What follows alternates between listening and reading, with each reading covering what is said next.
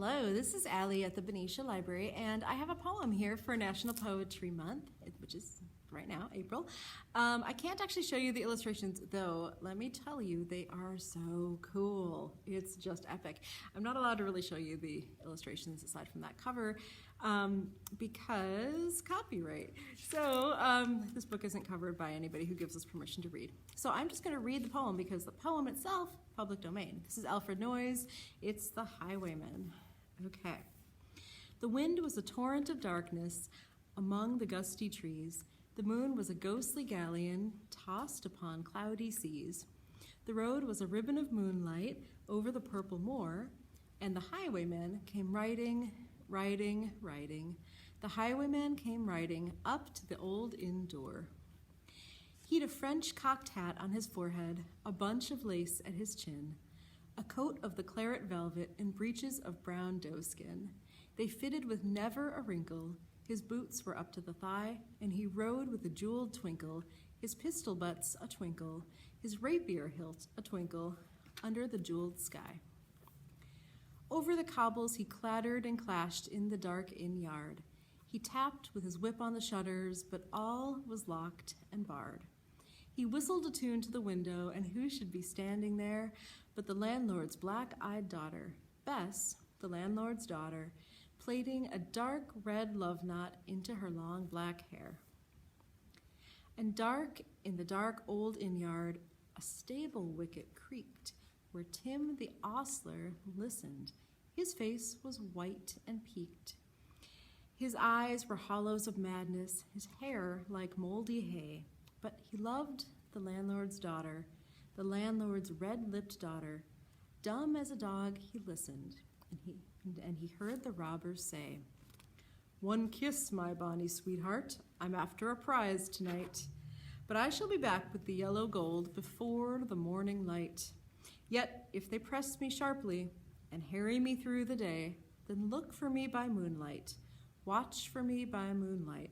I'll come to thee by moonlight, though hell should bar the way." He rose upright in the stirrups. He scarce could reach her hand, but she loosened her hair in the casement. His face burnt like a brand, as the black cascade of perfume came tumbling over his breast, and he kissed its waves in the moonlight, oh sweet black waves in the moonlight. Then he tugged at his rein in the moonlight and galloped away to the west. He did not come in the dawning, he did not come at noon, and out of the tawny sunset before the rise of the moon, when the road was a gypsy's ribbon looping the purple moor, a redcoat troop came marching. King George's men came marching up to the old inn door. They said no word to the landlord, but they drank his ale instead. But they gagged his daughter and bound her to the foot of her narrow bed. Two of them knelt at her casement with muskets at their side. There was death at every window and hell at one dark window, for Bess could see through her casement the road that he would ride. They had tied her up to attention with many a sniggering jest. They had bound a musket beside her with the muzzle beneath her breast. "Now keep good watch," and they kissed her.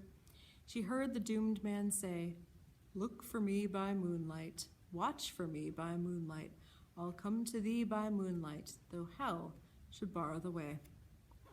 She twisted her hands behind her, but all the knots held good.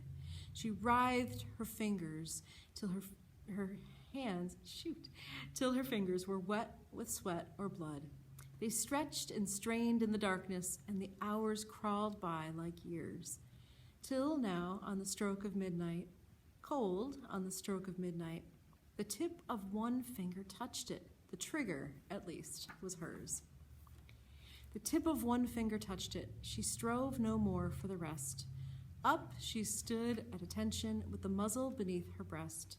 She would not risk their hearing. She would not strive again, for the road lay bare in the moonlight, blank and bare in the moonlight, and the blood of her veins in the moonlight throbbed to her love's refrain.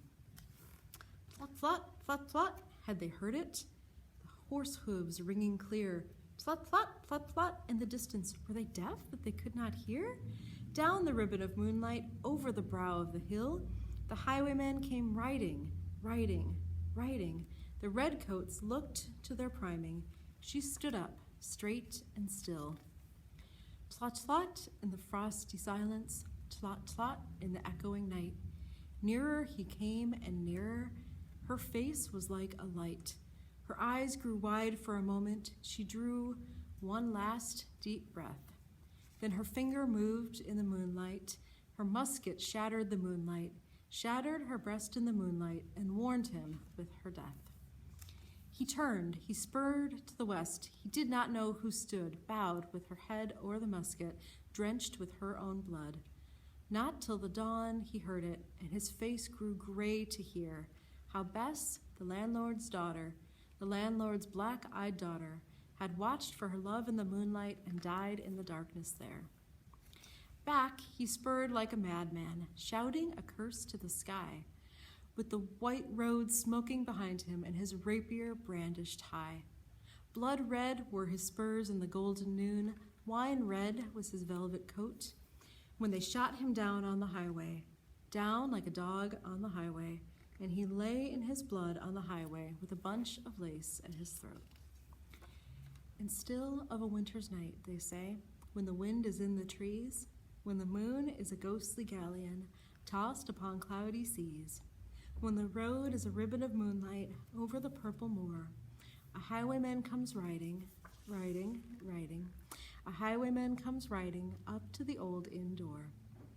Over the cobbles he clatters and clangs in the dark inn yard.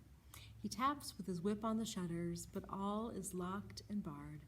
He whistles a tune to the window, and who should be waiting there but the landlord's black-eyed daughter, Bess, the landlord's daughter, plaiting a dark red love knot into her long black hair. That is the end of The Highwayman. That is a poem by Alfred Noyes. I read with permission because it's public domain. And yeah, I don't know why that made me cry. I had to memorize that poem in 6th grade, so like you'd think that I would not be surprised by any dramatic twists or turns in it. Anyway, yeah, this is Alli from the library saying goodbye. Goodbye.